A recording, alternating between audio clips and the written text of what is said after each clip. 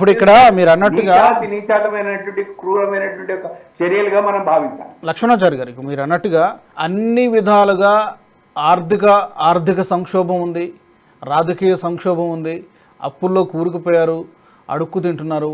So ఇంతకంటే దిగజారడానికి ఏం లేదు పాకిస్తాన్కి.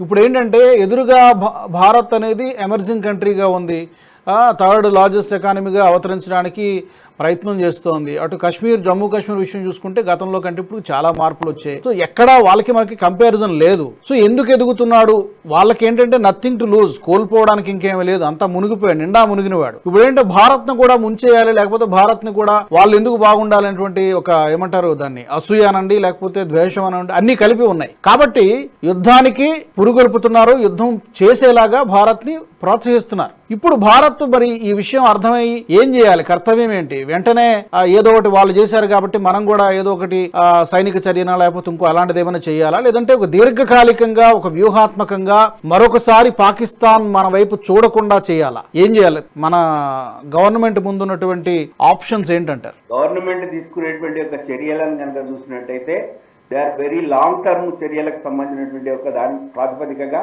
ముందుకు కదులుతున్నారు. ఎందుకంటే చాలామంది ఈరోజు రెచ్చగొట్టే ప్రసంగాలు చేస్తూ వాళ్ళకి అక్కడ ఉన్నటువంటి మిలిటరీ స్థితులు కానీ మిగతావన్నీ కూడా జియో పాలిటిక్స్ కానీ అర్థం కాదు. ఏం చేస్తున్నారు, ఇంటెలిజెన్స్ ఫెయిల్యూరు, రకరకాలుగా మాట్లాడతారు. కానీ ఇక ఇజ్రాయెల్ వాళ్ళు కనుక అటాక్ చేసినట్టు మనం కూడా అటాక్ చేయాలి అనేటువంటి చేస్తున్నారు. కానీ ఒక బాధ్యతాయుతమైనటువంటి ఒక దేశంగా 20 దేశాలకు సంబంధించినటువంటి ఒక డిప్లొమాట్స్ని పిలిచి ఏం చేయబోతున్నామో ముందే చెప్పి వాళ్ళలాగా దొంగలాగా పిరికిపందల్లాగా వెన్నుపోటు పొడిచేటువంటి ఒక సంస్కృతి మనది కాదు. మనం ఎప్పుడు కూడా వీర కిషోరులమే, మన యొక్క వీర పౌరుషత్వాన్ని మనం చూపించేటువంటి ఒక వ్యక్తులం. కాబట్టి అన్ని రకాలైనటువంటి యొక్క చర్యలకి ఒక రకంగా చెప్పాలంటే మన త్రివిధ దళాలు కూడా ప్రిపేర్ అయిపోతున్నాయి. ఒక పక్క ఆర్మీ, రెండో పక్క నేవీ, మూడో పక్క ఎయిర్ ఫోర్స్. మనకి అమెరికా వాడు, అదేవిధంగా ఇజ్రాయెల్ వాళ్ళు ఇస్తున్నటువంటి ఒక టెక్నికల్ సపోర్ట్ కావచ్చు, వారికి సంబంధించినటువంటి ఒక క్షిపణులు కావచ్చు, మిజైల్స్ కావచ్చు, రకరకాలైనటువంటి వాటిని మెయిన్గా పాకిస్తాన్ వైపు మోహరించి ఉన్నటువంటి ఒక స్థితి. అందుగురించే నిన్న మొన్న మనం చూసాం, కావాలని కవ్వింపు చర్యలు బార్డర్ వెంబడి, ఎల్ఓసి వెంబడి చేసే ప్రయత్నం చేశారు. కానీ మనం సంయమనం పాటిస్తూనే వాళ్ళ యొక్క చర్యలకి ప్రతిచర్యగా తిప్పికొట్టడంలో సఫలీకృతమయ్యాం. కాబట్టి సింధు జలాలకు సంబంధించినంత వరకు కూడా చాలా మంది ప్రేలాపలు వెళ్తున్నారు. ఈవెన్ మన రాష్ట్రానికి సంబంధించినటువంటి ఎంఐఎంకి సంబంధించినటువంటి ప్రముఖ నాయకుడు కూడా సింధు నదిలో మొత్తం నిండిపోతే ఏం చేస్తారని, అది చాలా తప్పు. మోడీ గారి గవర్నమెంట్ ఏర్పడిన దగ్గర నుంచి ఈ రోజు కూడా ఏదో ఒక రోజు నెహ్రూ గారు చేసినటువంటి ఒక తప్పిదాలు ఏవైతే ఉన్నాయో వాటన్నిటిని సరి చేసుకుంటూ వస్తున్నారు. దాంట్లో భాగంగానే సింధు జలాలు ఏవైతే ఉన్నాయో వాటిని డైవర్ట్ చేయడానికి అని చెప్పేసి డ్యామ్స్ కావచ్చు, కాలువలు కావచ్చు, కెనాల్స్ కావచ్చు, సబ్ కెనాల్స్ కావచ్చు, సబ్ కెనాల్స్ కావచ్చు, ఒకవేళ అవసరమైతే ఆ నీళ్ళని తీసుకెళ్లి ఎడారిలో వదిలేస్తాం మనం. అంతేగాని ఆ ఎడారి ప్రాంతాన్ని సస్యశ్యామలం చేసుకుంటాం. బట్ ఈ రోజు ఏదైతే వాళ్ళు చేస్తున్నటువంటి ఒక రక్తం టేర్లు పారుతాయని చెప్పేసి ఏదైతే శుష్క ప్రేలాపనలు చేస్తున్నారో అవి కేవలం కూడా ఉడత ఉప్పులు మాత్రమే. ఎందుకంటే వాళ్ళకి అక్కడ తినడానికి కూడా తిండి లేనటువంటి పరిస్థితి.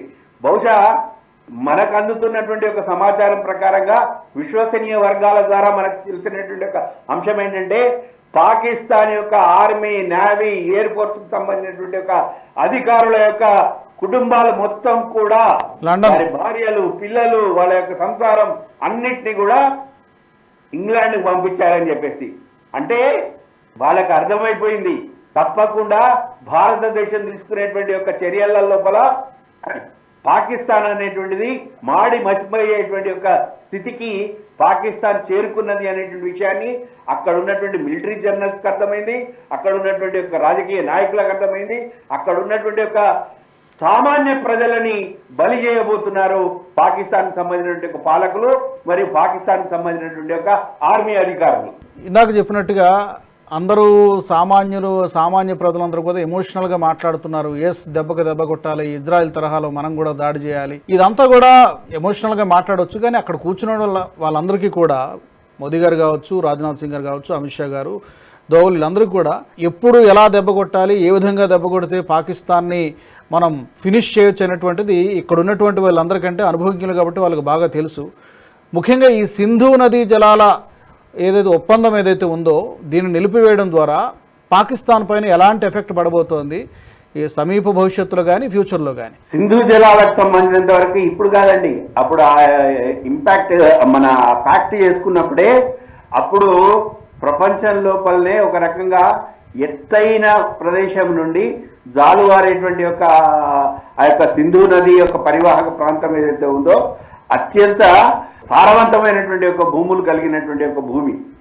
నదీ ప్రవాహం మన దగ్గర ఉంది, భూములు తర్వాత వెళ్ళి సముద్రంలో కలిసేటువంటి యొక్క ఆ ప్రదేశం ఏదైతే ఉందో వాళ్ళ దాంట్లో ఉంది.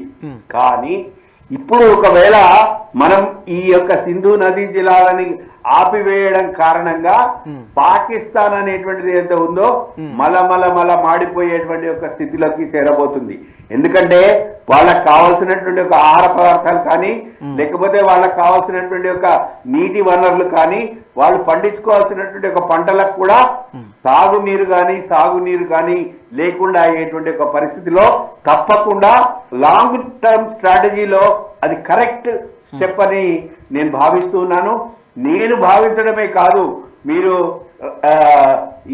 ఇంగ్లీష్ మీడియంలో వచ్చేటువంటి ఒక పేపర్లలో చూడండి, మీరు రకరకాలైనటువంటి ఒక మేజర్ జర్నల్స్ ఎవరైతే ఇంతకుముందు క్యాప్టెన్స్ గా పనిచేశారో, ఎవరైతే ఇంతకుముందు మిలిటరీలో పనిచేసినటువంటి ఒక అధికారులందరూ కూడా ఈ యొక్క చర్యని సమర్థిస్తున్నారు. అంతేకాకుండా లాంగ్ టర్మ్ కి సంబంధించినటువంటి ఒక దాని లోపల ఒక పక్క యుద్ధ నీతిని రణనీతిని చూపెట్టుకుంటూనే రాబోయే రోజులలో పాకిస్తాన్ చేసేటువంటి యొక్క దుశ్చర్యలు, ఎందుకంటే పాకిస్తాన్ ఒక 3-4 ముక్కలుగా విడిపోబోతుంది. అంటే పాక్ ఆక్యుపైడ్ కాశ్మీర్ కానివ్వండి, లేకపోతే బలూచిస్తాన్ కానివ్వండి, లేకపోతే ఏ ప్రాంతంకు దగ్గర ఉంటే ఆ ప్రాంతం విడిపోయి అందులో కలిసేటువంటి ఒక పరిస్థితి ఉంది. ఆఫ్ఘనిస్తాన్ లో కొంత పాటు కలిసేది ఉంది, పిఓకే ఏదైతే ఉందో అది భారతదేశంలో కలిసేటువంటి ఒక పరిస్థితి ఉంది. కానీ ఇట్లాంటి పరిస్థితుల లోపల వాళ్ళు 3 ముక్కలు అవుతారా 4 చెక్కలు అవుతారా అది వాళ్ళకి సంబంధించిన విషయం. కానీ భారతదేశం తీసుకోవాల్సినటువంటి ఒక చర్యలలో సుప్రీంకోర్టు యొక్క తొందరపాటుతనం కారణంగా అక్కడ ఎలక్షన్స్ పెట్టండి, యూనియన్ టెరిటరీగా ఉన్నటువంటి ఒక విషయం లోపల ఎంతో మంది జియో పాలిటిక్స్ ని అర్థం చేసుకున్నటువంటి వాళ్ళు చెప్పినటువంటి ఒక అంశం ఏంటంటే పాకిస్తాన్ లాగా కాదు, కాశ్మీర్ అనేటువంటిది ఏదో ఉందో అఖండ కాశ్మీర్ ఉన్నప్పటికీ కూడా కాశ్మీర్ ని 3 ముక్కలు చేయాల్సిందే. లద్దాఖ్ ప్రాంతము, జమ్మూ ప్రాంతము, అదేవిధంగా లోయలో ఉండేటువంటి ఒక కాశ్మీర్ వ్యాలీ ప్రాంతం ఏదైతే ఉందో దానిని 3 చేసి ఒక ప్రాంతంలో బౌద్ధుల యొక్క ప్రాబల్యం ఎక్కువ ఉంది, ఒక ప్రాంతంలో ముస్లింల యొక్క ప్రాబల్యం ఎక్కువ ఉంది, ఒక ప్రాంతంలో హిందువుల యొక్క ప్రాబల్యం ఎక్కువ ఉంది, ఈ అన్ని చోట్లలో కూడా కొద్ది సిక్కుల యొక్క జనాభా కూడా ఉంది. ఇట్లాంటి స్థితిలో దాన్ని ఒక యూనియన్ టెరిటరీ చేయాలి. అదే విధంగా ఎవరెవరైతే మిలిటరీకి సంబంధించిన, ఎయిర్ ఫోర్స్ కి సంబంధించిన, నావీకి సంబంధించినటువంటి ఒక అధికారులు ఉన్నారో వాళ్ళందరినీ కూడా పాకిస్తాన్ యొక్క బార్డర్ వెంబడి మిలిటరీ అధికారులు రిటైర్మెంట్ అయిపోయిన తర్వాత వాళ్ళకి అక్కడ సేఫ్ జోన్స్ క్రియేట్ చేసి డెమోగ్రఫిక్ చేంజ్ కూడా చేయాల్సినటువంటి ఒక అవసరం ఉంది. ఎప్పటికైనప్పటికీ కూడా ఎడ్యుకేషన్ అనేటువంటిది చాలా ఇంపార్టెంట్ కాబట్టి లాంగ్ టర్మ్ బేసిస్ లోపల అక్కడ ఉండేటువంటి ఒక యువత లోపల ఒక కాన్ఫిడెన్స్ని, ఒక ఉద్యోగ స్థితిని పెంపొందించడానికి చాలా ప్రయత్నాలు చేస్తున్నారు. భారతదేశానిలో మిగతా ప్రాంతాల్లో ఉండేటువంటి ప్రజలు కూడా అక్కడికి వెళ్ళి, ఎందుకంటే కాశ్మీర్ లోపల టూరిజం లేకపోతే కాశ్మీర్ యొక్క ఎకానమీ లేదండి. కాబట్టి అక్కడ స్థానికులకి కాశ్మీర్ యొక్క ఎకానమీని మనం స్ట్రెంథెన్ చేయాలంటే టూరిజం తప్ప వేరే మార్గం లేదు అక్కడ. అట్లాంటి ఒక టూరిజం ని దెబ్బ కొట్టడానికి అని చెప్పేసి ఎందుకు చెప్తున్నాను ఈ మాట అంటే, నేను ప్రత్యక్షంగా అమర్నాథ్ యాత్రకు వెళ్ళినటువంటి వ్యక్తిని. అమర్నాథ్ యాత్ర అనేటువంటిది ఏదైతే ఉందో 2 మార్గాలుగా వెళ్తారు, ఒకటి పహల్గామ్ ద్వారా, 2 బాల్తాల్ ద్వారా. పహల్గాం ద్వారా వెళ్ళేటువంటి ఒక మార్గం ఏదైతే ఉందో కొంచెం నడిచిపోవడానికి సుగమంగా ఉంటుంది. డుబులీల మీద వెళ్ళినప్పటికీ ఆ యొక్క గుర్రాల మీద వెళ్ళినప్పటికీ కూడా కాస్త అనువుగా ఉండేటువంటి ఒక మార్గం, కొంచెం దూరమైనప్పటికీ కూడా బాల్తాల్ నుంచి వెళ్ళేటువంటి మార్గం ఏదైతే ఉందో అది కొంచెం స్టీప్ గా ఉంటుంది. అదే విధంగా ఇప్పుడు ఏదైతే వ్యాలీ అనేటువంటి ఒక ఆ వ్యాలీ ఏదైతే ఉందో స్విట్జర్లాండ్ అనేది ఏదైతే చెప్తున్నారో ఆ స్విట్జర్లాండ్ కి సంబంధించినటువంటి ఇప్పుడు కొత్తగా ఇంకొక దానికి పహల్గాం నుంచి 50 కిలోమీటర్ల దూరం లోపల ఒక అత్యంత సుందరమైనటువంటి ఒక ప్రదేశాన్ని, మైదానాన్ని ఇంకా డెవలప్ చేసేటువంటి ఒక ప్రయత్నం చేస్తున్నారు. కాబట్టి అక్కడ ఉండేటువంటి ఒక భారతదేశం తీసుకోవాల్సినటువంటి ఒక చర్యలు తీసుకుంటూనే ఒక లాంగ్ టర్మ్ స్ట్రాటజీ వర్కౌట్ చేయాలని చెప్పేసి అందరూ మేధావులు